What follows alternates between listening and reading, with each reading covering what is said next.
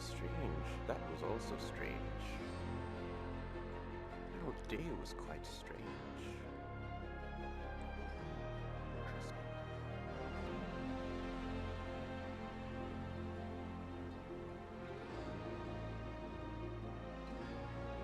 Is there danger?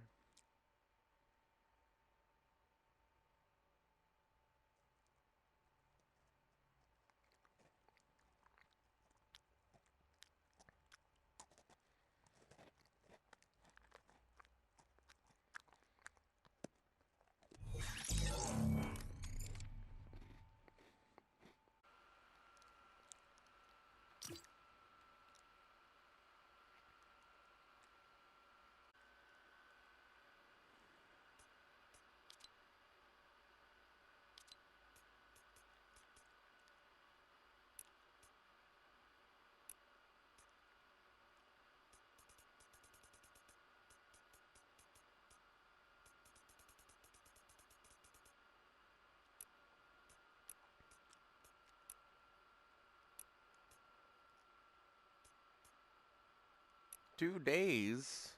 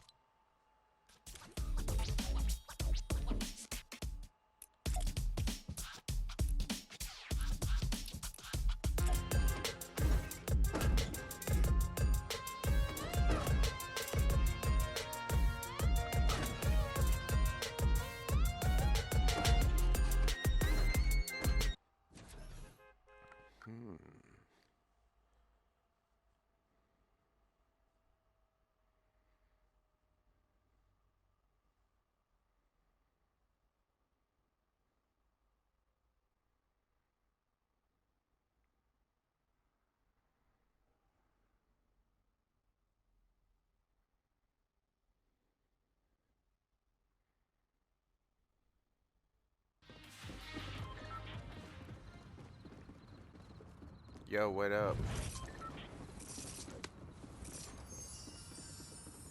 I want to say your gamer tag, but I don't even know what that is. I was gonna be like, hey, what's up, dude? And I was gonna like say your gamer tag, try and like develop some kind of rapport by using your name, what you identify as, but I don't know what the fuck that is. I'm sorry. I literally... Well done, though. Well done on a very, very confusing gamer tag. Also, I have something I want to say. I've been thinking about it lately. It's a conspiracy theory. It's a brand new one that I made up all on my own. Now, I've been wondering... Now, President Putin, this was a dumb place to land. Everyone's here. President Putin used to be in the Secret Service in Russia, and now he's like the president of Russia. Makes you think, right? So I was like, why would a president who, you know, like the media saying that he's loopy, but that's bullshit, that's propaganda. Biden's the one who's senile. So I was thinking, why would an ex-ranked member, a high-ranking member of the Secret Service, why would he invade Ukraine when the world is about to go to war? Because it seems like something a stupid person would do. And like the Western media was was just like, oh, let's just call it something stupid.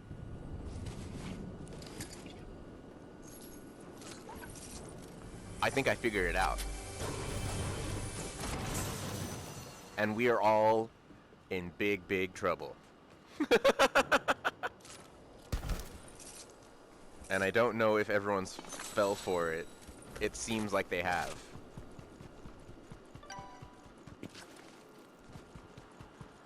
What's a good way?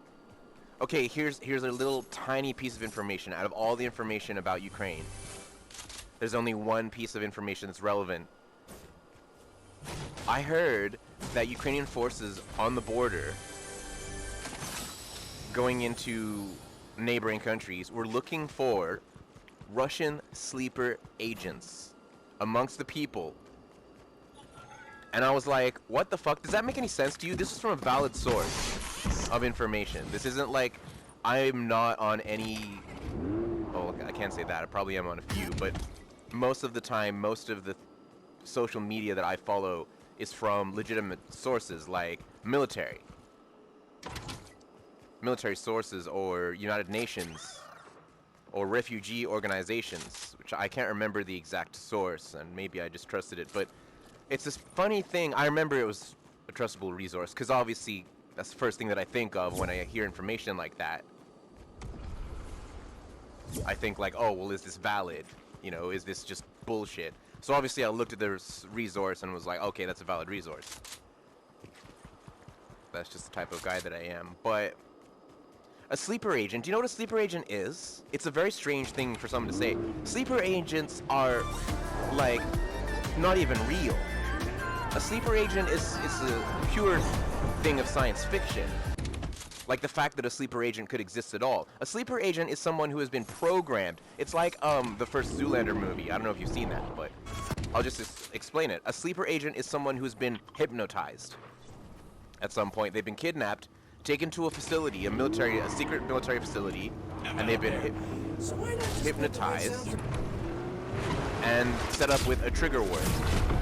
That's what a sleeper agent is. And when the trigger word is said, or the trigger, whatever the trigger is activated, the person will then turn into an assassin.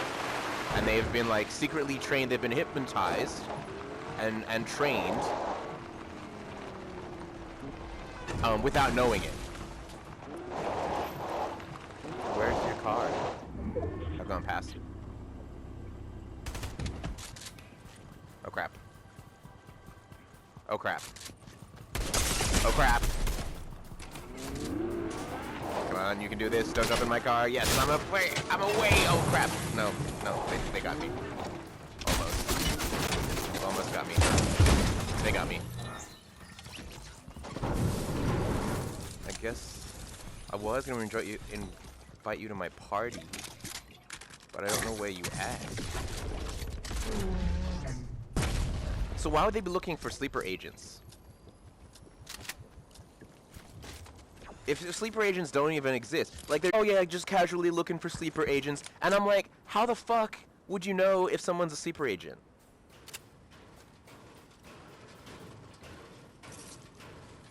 Like that's like a daily thought. Like imagine it. Like so when I read this text, I'm like, I'm trying to picture it. Like, so it's a checkpoint, and there's refugees fleeing Ukraine. And some of them could be sleeper agents, and we just have this magical device where we're just like, wee wee wee. Yep, this one's not a sleeper agent. Yep, for sure. Yep. Free access. I'm like, it sounds like really paranoid for someone to be saying that they're looking for sleeper agents. They said they were looking for, you know, insurgents.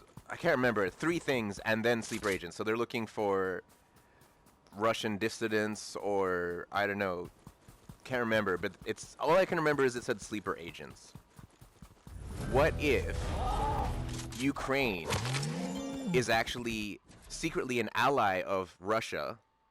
Majority of Ukraine is a large percentage of Ukrainians are allies of Russia and are actually Russian Secret Service members. So when you think about it, it's like a brilliant plan, which is something that makes way more sense coming from someone who was high-ranking official in the Russian Special Forces. in the Russian Secret Service. So hear me out. Okay, so first what you do is you put a lot of secret agent operatives in Ukraine. You infiltrate Ukraine with Secret Service members. Then you start a war with Ukraine, and then all your Secret Service members can just easily go anywhere in the world. Now there's another advantage that the rest of the world is in kind of a lockdown, majority of it. So while other countries' Secret Service are having a hard time getting into other countries, more difficult than it used to be. But your Secret Service agents from Ukraine, Russian Secret Service, can go wherever they want to go in the whole world as refugees.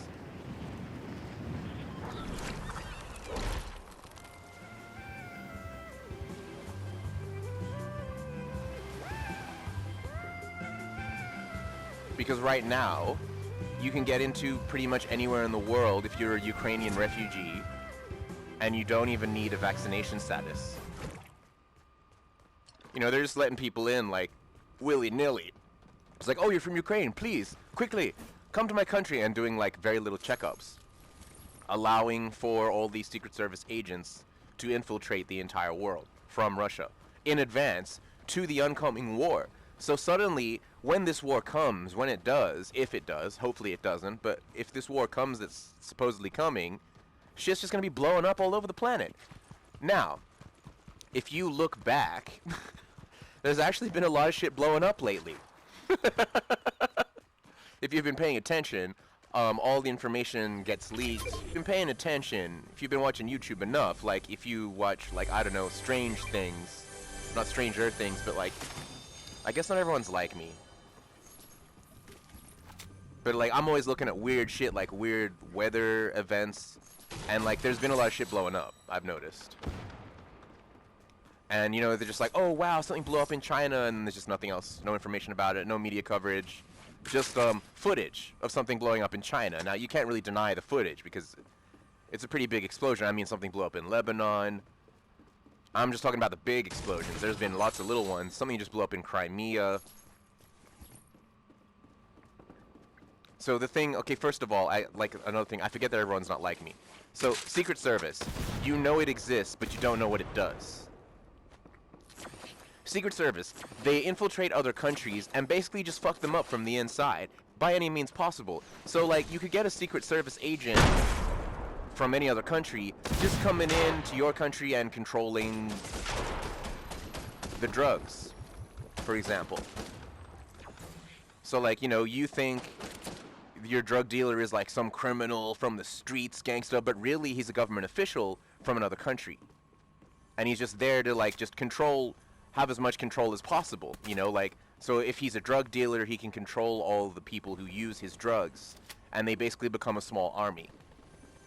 And because he's the drug dealer, he can say, like, oh, I want this person to die, put a hit on a person, and everyone will go after that person who works for him. So this is what Secret Service agents do. This is one of the many facets of a Secret Service agent. So you got to understand that first. So having Secret Service agents infiltrating other countries is a very big bonus if you're planning on having a war. So if you were to, like, infiltrate first Ukraine, a neighboring country where they're practically the same. They look the same, they speak the same, they have the same accent. I think there's very little difference in the dialect.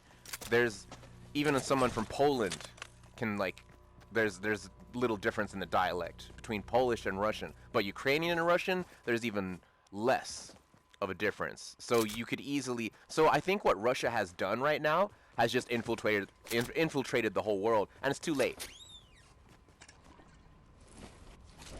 At this point in time, it's too late. They're already here. So it's bad.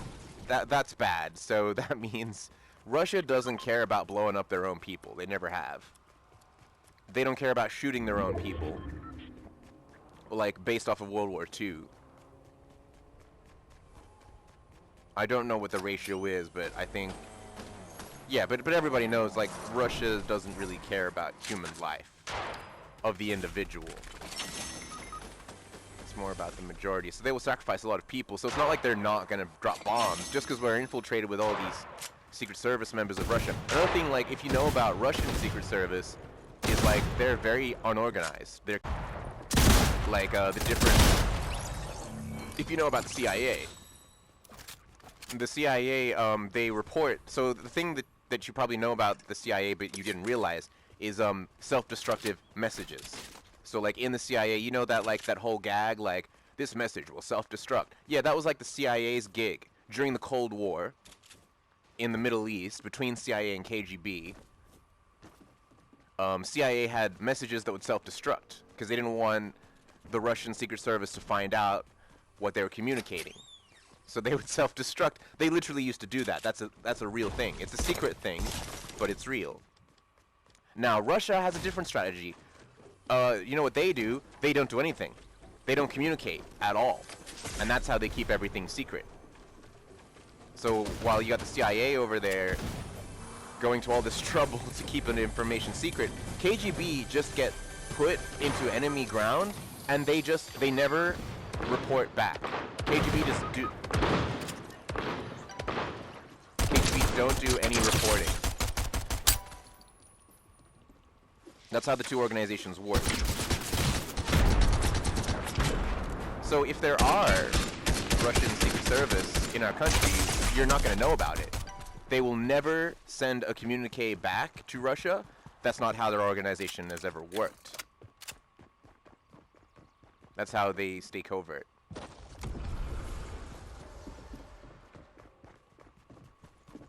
Damn it.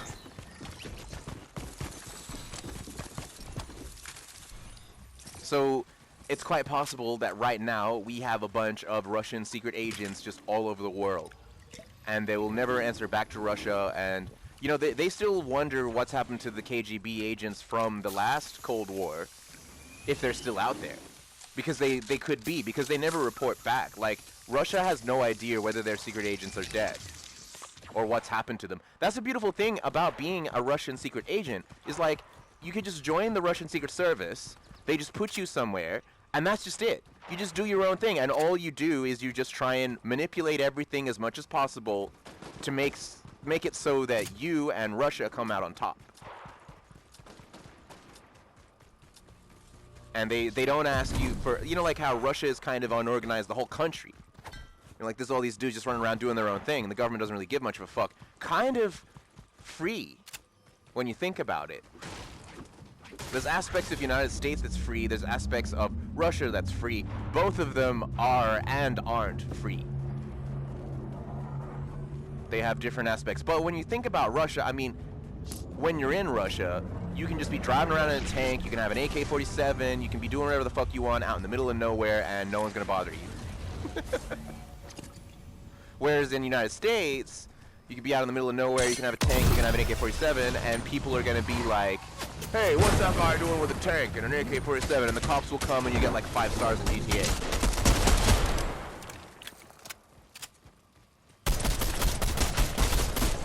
You know, just for having an AK-47.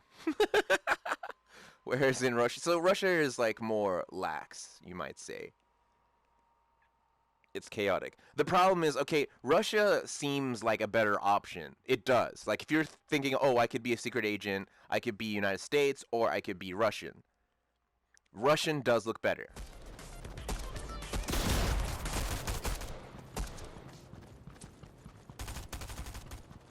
Being a Russian secret agent seems way better because they'll just put you in a location and then you can do whatever you want from then on. You could just be a drug lord kingpin and the whole time you're working for Russia, and you may even get like money.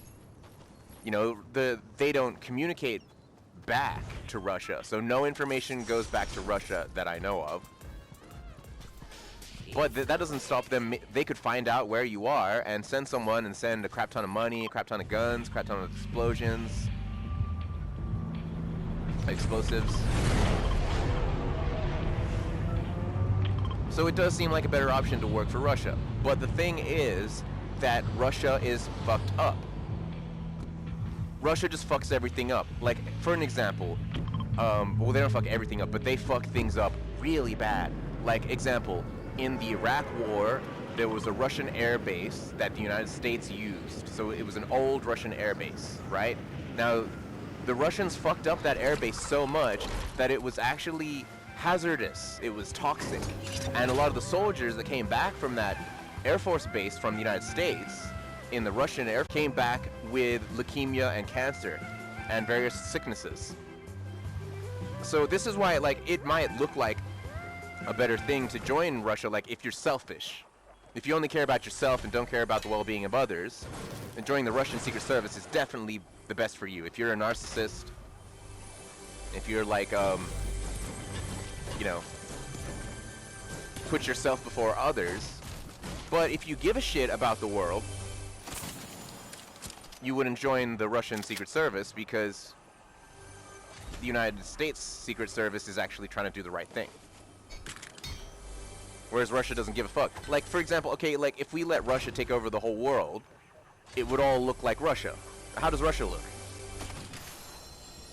Like, it looks like, no offense, I mean, there's beautiful places in Russia, but, like, majority of Russia just looks like a piece of shit. Like, there's no roads, like, there's no technology, like, they're living in the Stone Age. Like, it's medieval. There's no electricity. You know, everyone in Russia, they get by being incredibly drunk all the time because of how shitty things are. And if you've ever met a Russian person, I don't know if you have, no matter how positive they try and be, there's just this overhanging negativity with all Russians. They're just like, yeah, it's good, but it's not very good, you know? And it just makes you feel shit. Like, Russians have a way of just making themselves and each other feel like shit. And you. I personally don't think that Russia taking over the world would be a very good thing. Because, you know, the destruction that they've wrought across the world in World War I and World War II, they just went to places, stole everything, raped everyone, and they leave nothing but ashes. Now, like, I can't really talk because I'm Norwegian, we're Vikings, and we used to demolish everything and leave just ashes. But that was like 1,000 years ago. Since then, you know, the Viking countries like Norway have become some of the most humanitarian countries in the world. Meanwhile, Russia hasn't changed. You know, while Norway is becoming one of the most humanitarian countries in the world in terms of, like, how they have their justice system set up, meanwhile, Russia is becoming, you know, one of the least, you know, they have, like, very bad human rights in Russia. So it's not, and it's the same with China. You know, like, China also seems like a pretty cool place. Like, everything's new. All the buildings are shiny and they glow in the dark and they have all this lighting, and it seems really cool at first, but people living in China, for them, it sucks. God damn it. Can we not land at tilted just over and over again, please? I'm just getting sweated on by all these sweats. Yeah, so I don't give a shit, like, what's free and what's not. To be honest, the United States claims freedom. I mean, at the end of the day, Russia has very strict rules as well. Have a peaceful protest in Russia. You can't even hold up a blank sign. They arrest you for that. And they put you in jail for, like, I don't know, the rest of your life. There's no, like, human rights. There's no, like, justice system. There's no, like, law. They don't, like, respect the law. It's very corrupt. You know, like, you could pay a Russian police officer, you can get away with crime. You know, it's pretty much, Russia is kind of like Mexico. And if you know about Mexico, I'm like, Mexico's pretty great. It's got its positive aspects, but everyone from Mexico is trying to escape into the United States for a reason. Like the water, you can't drink the water in Mexico. It's because the government doesn't have a humanitarian aspect in Mexico. They don't concentrate on keeping the water clean. It's not their priority. So they let the water get bad, and it's very bad. It's so bad that you can't even drink it. If you drink the water in Mexico, you get sick. You get very sick. You get violently ill. And Russia is very similar, and all these countries that don't. The thing about United States is the water is clean. And like all humanitarian aspects, like, and it's half the government giving a shit about people. They give a shit way more than countries like Russia. Like, if you're in Russia, how are you gonna get, like, do you think you got a dental plan? You think you got, like, a medical process? You think they've got free medical? No. No, in Russia you're on your own. And same in Mexico, and same in most of the world. But in the United States they have like programs, and it's half the government, but it's also half the people. It's that they have like clinics that people just set up and they just care for each other. They have like makeshift clinics for free. So where the government fails, the people fit in, and it's this culture of helping each other, which Russia doesn't have that, as far as I know. I mean, they may have that as well, considering they don't have as much humanitarianism.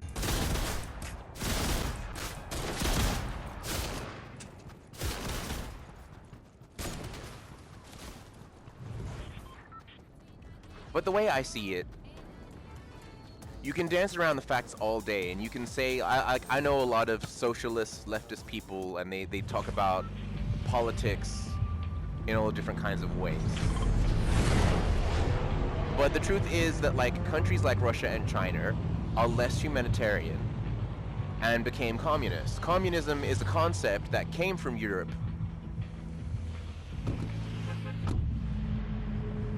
But the concept carried on. But you gotta look at what makes a country become communist country to begin with. And it seems to be a lack of humanitarianism, a lack of care for other human beings. Because China does not give a fuck about its people. They've allowed themselves to be exploited by the rest of the world. And yeah, you could blame America. It is America's fault for exploiting China. But how come other countries haven't been so exploited? Because they wouldn't people be exploited so badly. But Russia was fine with it. They're like, okay, we'll just exploit all our people. We'll just work for the United States. We'll get nothing. We'll basically have slave labor for children. And we'll just do it all for the United States. And when our economy sucks ass, we're just going to start exporting live organs as our main export. You know, like what kind of a human being is that? That's okay with that. It's like, okay, yeah. So my country's largest export is live organs. And just be like, yeah, that's okay. Now, granted, those live organ transplants are going into people from Europe, United States, England, and Australia. So these countries are getting live organ transplants, old people that their organs are shutting down because they want to spend their whole life drinking and smoking and having high cholesterol, and then their organs fail, and they're like, that's okay, I'll just order a new one from China. So you could blame them. But the truth is, if you let people walk all over you, they will. Simple as that. Doesn't matter how good of a person you are or what you've done for them. If you let them walk over you, they will. And that's just a fact of life. Now, don't tell me that China, with all its mystics and wisdom and thousands of years, hasn't figured that out. They know what they're doing. They just don't care. They don't care about each other as much. Neither does Mexico. Mexican people don't care about each other as much. Or maybe it's not the people, maybe it's the people in power, but something's going on in all of these places where they've allowed themselves to be in a position that's so shitty. With Mexico, I think it's pride. You might not know this, but like United States is about to go to war with Mexico. And that's a move that United States has on the cards. They want to put that move in because Mexico has all the cartels. And it's a huge problem for the United States. Now, why a lot of people in the United States are saying, why are we overseas fighting a war in Afghanistan or in Iraq for an ally, Saudi Arabia, when right next door to the United States is cartels that are human trafficking, kidnapping United States citizens, children, and shipping them to the Middle East. And a lot of Americans are fed up, pissed off about it, and they want to do more, to the point where it's gotten to the point. So the United States military asked Mexico if they wanted help. They actually trying to solve the problem of, you know, the massive amount of Mexican refugees that end up on the border, and the standard of living that they have. The idea has been put forward, it hasn't been executed, that the United States should work together with the Mexican authorities to get rid of these cartels.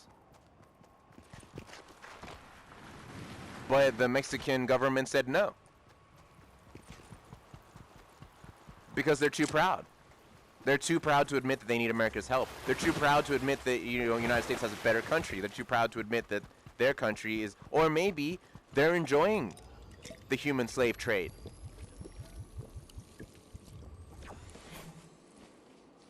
Now, I think it's so funny how United States media, pop culture, is so concerned about slavery that was abolished 100 years ago in the United States, and not worried at all about slavery happening right across the border in Mexico. Or, not even across the border, actually within the United States boundaries, children are getting kidnapped and sold into slavery in Mexico by Mexican gangs. To the point where, because the United States, they can't just go into Mexico and operate there because it's another country. They need jurisdiction, and they don't have it. So they've offered Mexico, they're like, hey, this is a battle, let's fight it together. Mexico said no. So every time somebody is kidnapped, every Amber Alert that you get in the United States, you could blame Mexico's pride for that. Like, so you'd think they would understand that pride is a sin. But they don't. Well, the government doesn't. Now, like, I don't feel bad for Mexico. Mexico is a great place, and actually has more millionaires living in Mexico than in the United States at the moment.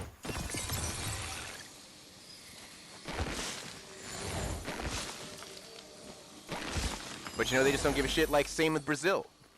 Brazil doesn't give a shit about the entire world. They're not humanitarian in Brazil. Look at the favelas they have in Brazil. Look at the way that they have their poverty.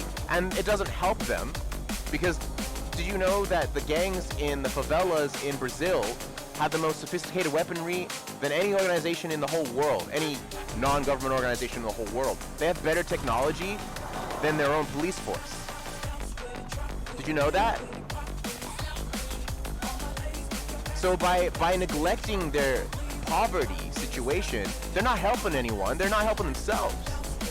The gangsters in Brazil are so sophisticated now.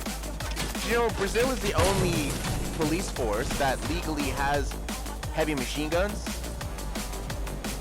I mean, they have them in Iraq. I mean, I'm just gonna go further because that guy's shooting at me. He's probably gonna chase me. They have them in Iraq as well, but that's in a war zone. So Brazil is basically a war zone anyway, even though there's no war. But I guess there's a conflict with, and just treat the poor so badly that the poor are fighting back. And it's the same in Mexico.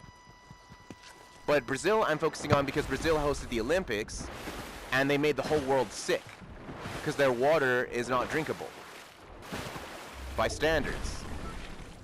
And to prevent this, the United Nations gave Brazil hundreds of millions of dollars, or billions of dollars, specifically to fix their water. And guess what? They didn't. The money they gave to Brazil disappeared. And when everybody went to Brazil for the Olympics, everyone got sick in the whole world. I got sick. I got sick during that. I remember everybody had come back from the Olympics in Brazil. Everyone was drinking the water there. Everyone got sick. And I got sick from everyone coming back. I lived in the inner city. I used to go to the city to study. And I remember a dude coughed on me once. And I was like, okay, this dude coughed on me, no big deal. I'm not going to get sick from that. But I got sick. I got very sick. I was ill. I couldn't continue my study as a result of being so sick. And I went to the doctor so many times, and I had all these doctor certificates, because, you know, they require that if you've got it. And I had a certificate for every day that I was sick. So I wasn't, like, slacking off. I was working my ass off, getting certificates from every goddamn doctor. And the sickness got so bad, the bacteria got into my teeth. and I had a dental emergency. I had to get surgery just because this dude coughed on me, and I just know it's like that's not normal. Brazil, because if you research it right now, like Brazil's the level of sickness that Brazilians have as a result of their water is pretty okay. So it's bacteria that makes you sick. So that bacteria can also get in your teeth. Brushing your teeth is very important to keep from being sick, because bacteria will stay in your mouth.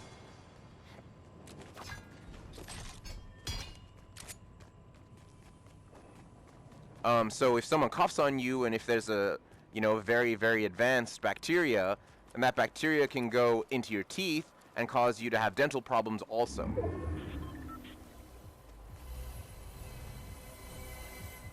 And I went through all of that. We all went through all of that. I'm sure that if you think back, if you research it, be like, oh, when did that happen? You'll realize that you were also sick. We were all sick.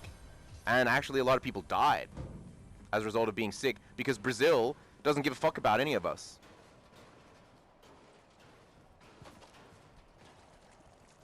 And that's a difference. That's a difference between the United States and European countries and England and all these other countries where they just don't give a fuck about human life. And now that we're all connected and, rich people can just travel so easily overseas, and when one country's sick, we're all sick. So other countries really need to step up their game, but stubborn countries like Russia and China don't want to step up their game. And they'd rather have a war and kill everyone and launch nuclear missiles than have a more humanitarian aspect of their politicians. And that's what makes the United States the best country. That's why everyone is trying to get into the United States. Have you ever heard of anybody trying to get into Russia, man? No, nobody wants to go to fucking Russia, maybe for a holiday. And if they do, it's like they're thrill seekers. They're like, oh, how badass is this? Can I survive one day in Russia? 24 hours in Russia, my YouTube channel. Because it's that fucking crazy.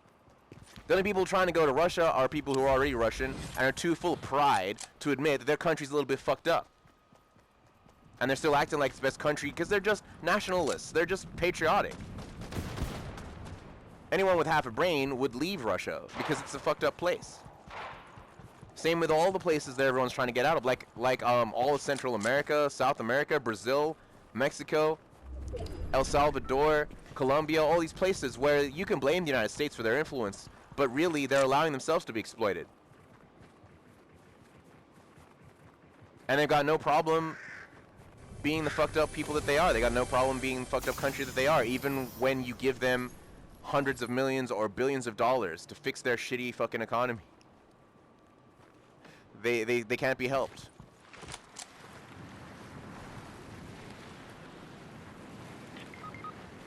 Because the truth is, this doesn't have to be hell. This is Earth. This could be heaven or hell. And some people try and make it more like heaven, and others are happy to have it remind them of hell.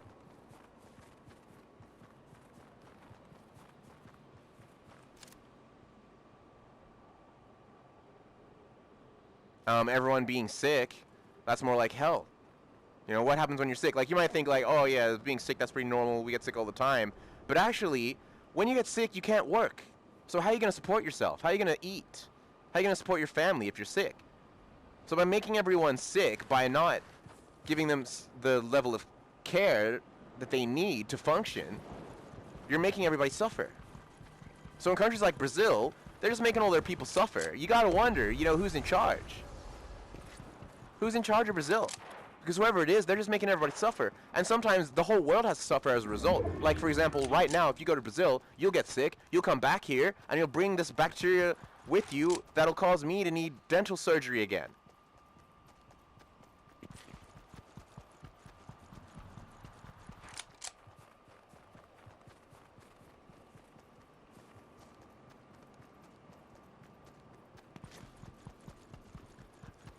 When you ask me, like, I don't know about Russia's history, to be honest, but I know about Viking history, and I know that we used to go and trash the whole world and rape everything and burn everything like Russia still does. But the thing is that we actually conquered. And we learnt as a result. Same with England. England conquered. You know, then England conquered the world. Well, then Rome, actually in between, Rome conquered England. But all of these empires were really strong, really big, and took over enough of the world to have a more of an aspect of understanding. That taking over the world is the first step. Now you gotta take care of the world. Once you've taken it over, those people become your people. And you gotta take care of them. I don't think Russia's realized this yet. I don't think Mexico's realized this. I don't think China's realized this. I don't think they've gotten to that level of conquering that much to notice the responsibility that they have. But that's giving them, perhaps that's giving them too much credit. Maybe they're just not humane, just in general. Maybe like just that part of them is missing, where they think that they should think that they need to care about their people.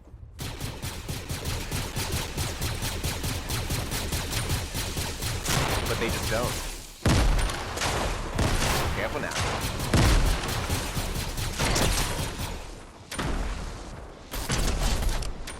Did you see that? Oh my god, I've never blown so many people up at once. Wow, imagine being those guys. Help me res our friend.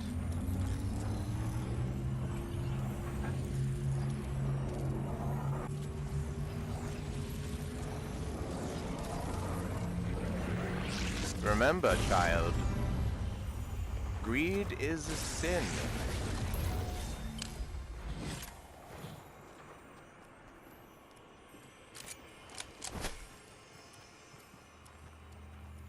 Have you ever seen, did you see that? Did you see how many dudes I just blew up? That was epic.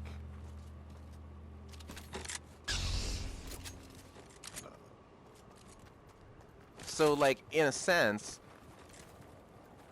countries like Russia and China and Mexico and Brazil are just ancient. They're just old. They're just, you know, they're not up to the standard. They're... OMG, so close. So close to putting this guy out of his misery. Got him. They're just living in the past. They just haven't adapted to this new world that we're part of now, where we have humane ethics. It's time to build.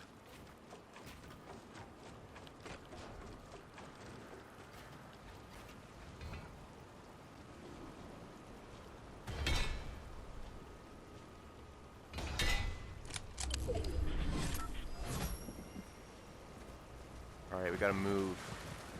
Wait, there's a dude. Got him. You gotta have a friend nearby.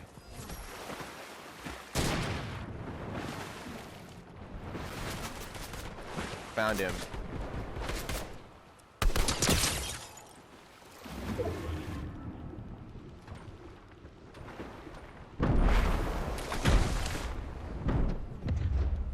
Yayo!